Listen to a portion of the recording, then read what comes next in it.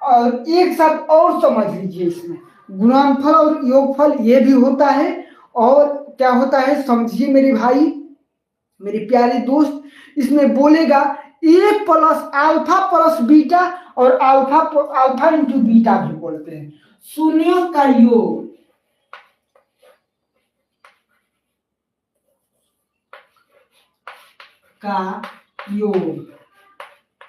योग बराबर यानी अल्फा प्लस बीटा बराबर क्या होता है, माइनस बी बाटा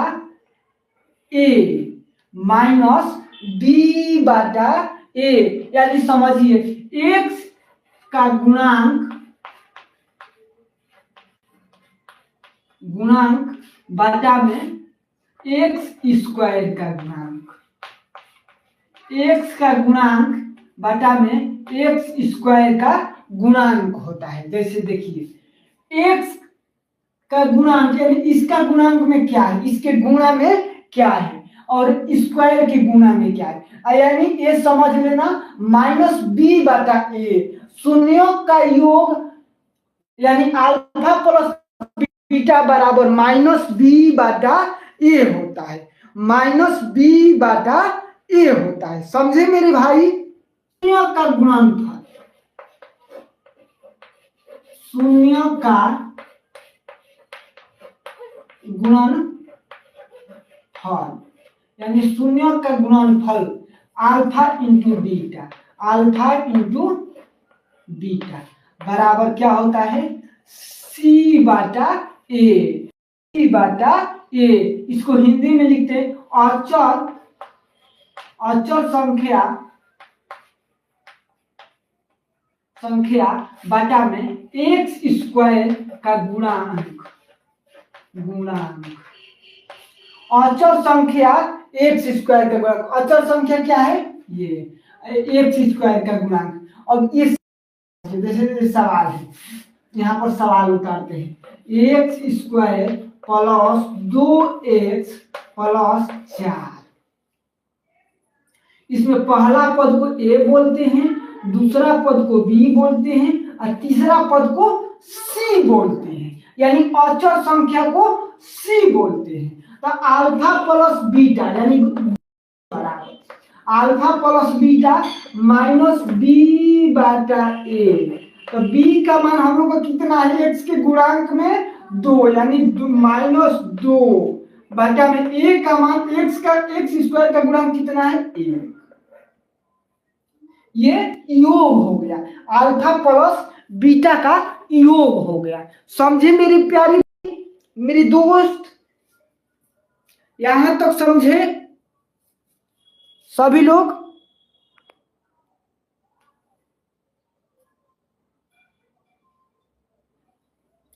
अगला सवाल, अल्फा इंटू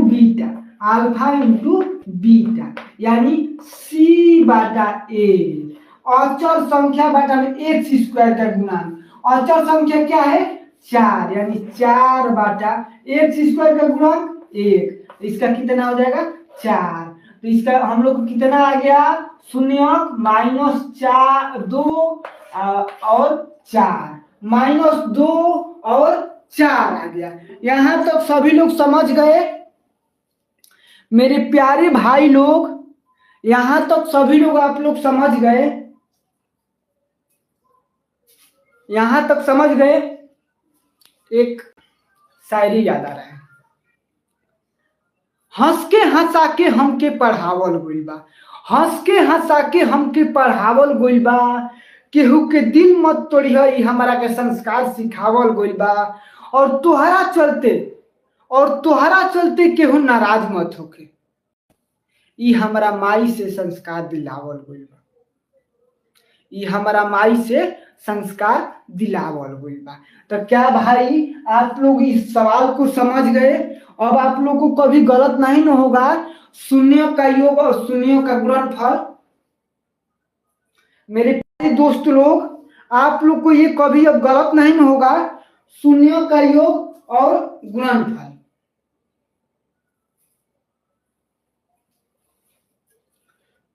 सभी लोग अपने कॉपी में नोट कीजिए।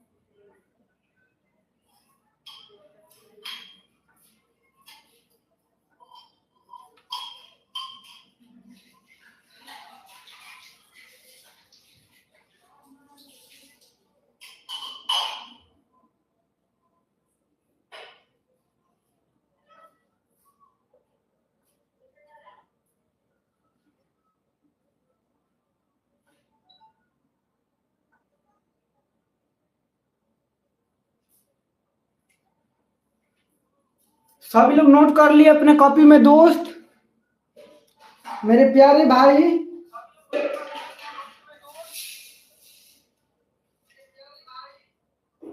आप लोग अपने कॉपी में नोट कर लिए?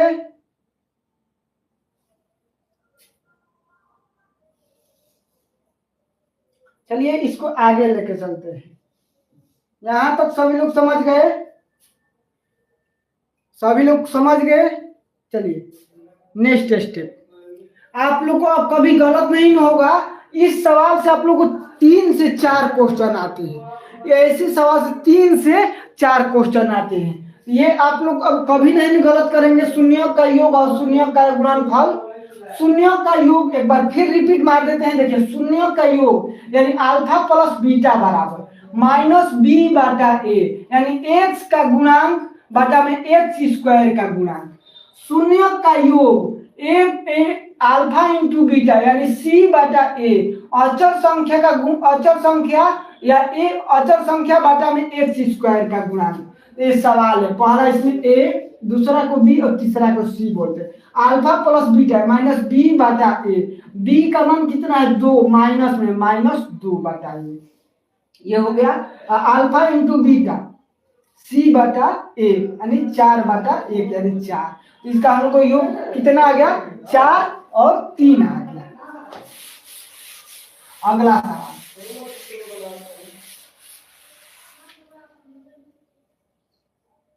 एक और सवाल देख लीजिए सभी लोग, ध्यान से देखिए और समझिए। एक्स स्क्वायर जोड़ 7x जोड़ 10 alpha plus beta, alpha into beta का मान निकालना है। मान निकाले। आप लोगों को परीक्षा में केवल एक ही देगा, लेकिन हम दोनों एक साथ बता देते हैं इसलिए कि आप आगे चल के कभी गलत नहीं करेंगे। क्या करेंगे? आगे चल के कभी गलत नहीं करेंगे दोस्त। समझ रहे हैं ना? अल्फा प्लस बीटा पूछा है। अल्फा प्लस बीटा बराबर अल्फा प्लस बीटा बराबर माइनस बी बटा में ए। क्या होता है? माइनस बी बटा में ए, यानी एक्स का गुणांक बटा में एक्स स्क्वायर का गुणांक। बी पहला को ए बोलते हैं, दूसरा को बी बोलते हैं और तीसरा को सी बोलते हैं। तो बी का मान कितना दिया है 7, यानी एक्स के गुणांक में कितना है 7, माइनस है तो माइनस 7। ए का गुणांक 1 यानी 1, तो इसका कितना -7 पहला। अब दूसरा alpha into beta, alpha into beta यानी सी बटा ए, सी का मान 10 बटा में ए का मान 1 यानी 10। तो हम लोग का शून्य कितना आ गया, -7/10।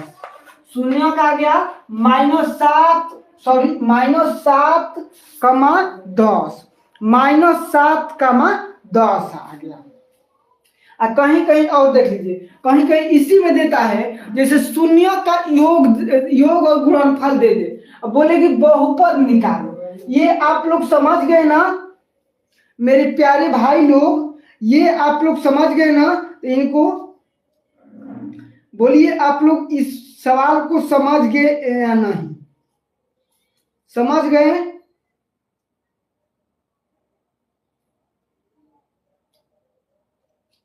तो अपने कॉपी में नोट कर लीजिए, उसके बाद इसको मिटाते हैं, अगला सवाल बताते हैं आप लोग को।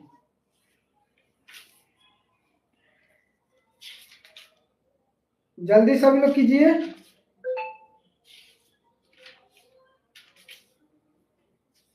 कैसन जिंदगी बन गया, मौत से दोस्ती हो गया।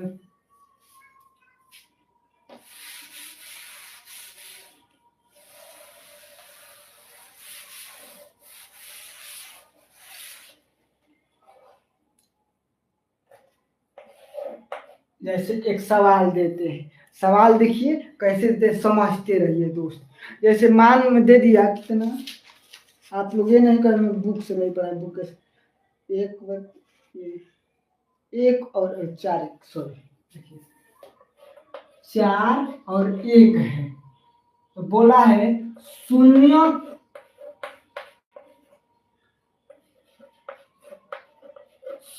का योग और गुणनफल दिया है। क्या क्या है, दिया है। इस सवाल आप लोग को यहाँ समझने की जरूरत है। एक बात बेसिक्स ध्यान से समझो, क्या बोला, शून्यों का योग और गुणनफल दिया है।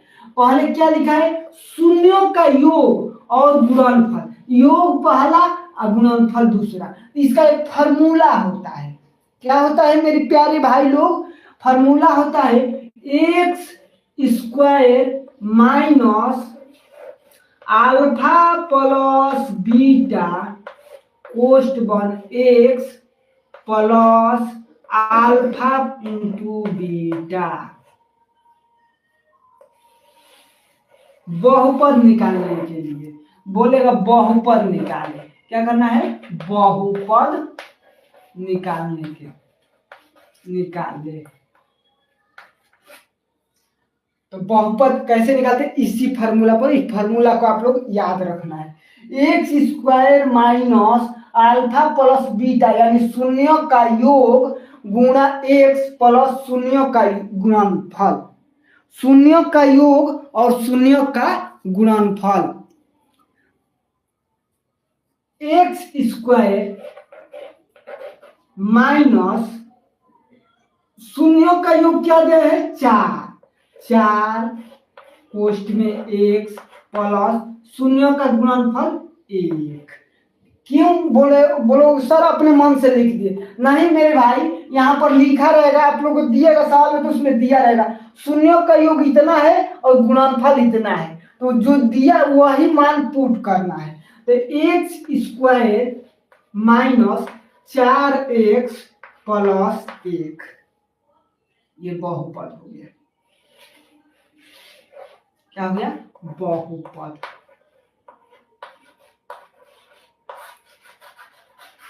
समझ गए? बहुपद निकालना आप लोग को आज 2 स्टेप सिखाए, शून्य का योग और गुणनफल निकालना सिखाए और बहुपद निकालना सिखाए। अब आइए हम लोग सीखेंगे आप लोग कि गुणनफल विधि से शून्य का योग कैसे निकालते हैं। क्या, गुणनफल विधि से शून्य का योग कैसे निकालते हैं। सभी लोग ध्यान से देखते रहे और समझते रहे मेरे बाबू, मेरे भाई, प्रिय दोस्त। आप लोग को यही समय है, ये बात रील उल के चक्कर में थोड़ा कम उम पढ़ो, लाल पियर हरा कम थोड़ा देखो, अपने कैरियर के चक्कर में पढ़ो, अपना भविष्य बनाओ। इसलिए ये आप लोग यही लड़के बोलते हैं बे अभी तो एग्जाम में टाइम नहीं बा पढ़ल जी। ऐसा ही करते करते जानते हो क्या होता है, पूरा समय निकल जाए। एक परीक्षा के दिन आ रही है, परीक्षा के डेट निकल लोग का पढ़ी हो पढ़ी और कुछ भी नहीं। तो इसलिए सभी लोग अपनी तैयारी बढ़िया से करो और बढ़िया से पढ़ो दोस्त। आपका एक बड़ा भाई या छोटा भाई जो भी मान रहे हो वो अपने भविष्य के लिए आप लोग ये कीजिए। और एक बात समझो, रिजल्ट बढ़िया नहीं लाओगे तो कोई नहीं कुछ तुमको कहेगा, रिजल्ट खराब लाओगे पढ़ता नहीं था। एक बात और सुन लो, सही तुम कितना भी काम क्यों ना कर लो, सही तुम कितना भी काम क्यों ना कर लो, एक गलत काम कर दोगे ना तो गूंगा भी टूट पड़ेगा। सही हजारों काम किए लेकिन एक गलत काम तुम कर दिए ना तो पूरा गांव वाले तुमको बोलेंगे ये गलत है, ये गलत किया है। ये नहीं देखेंगे सही कितना किया है। सही कितना भी हो क्यों ना मेरे भाई, एक गलत कितना भी सही पर भारी पड़ सकता है। एक गलत पूरे कितना भी सही काम किए हो उस पर भारी पड़ सकता है। तो इसलिए कोई भी काम करने से पहले सोच समझ कर करना चाहिए। कोई भी आप अपने से ऐसा रहो कि कोई भी काम करे गलत ना हो, ना तो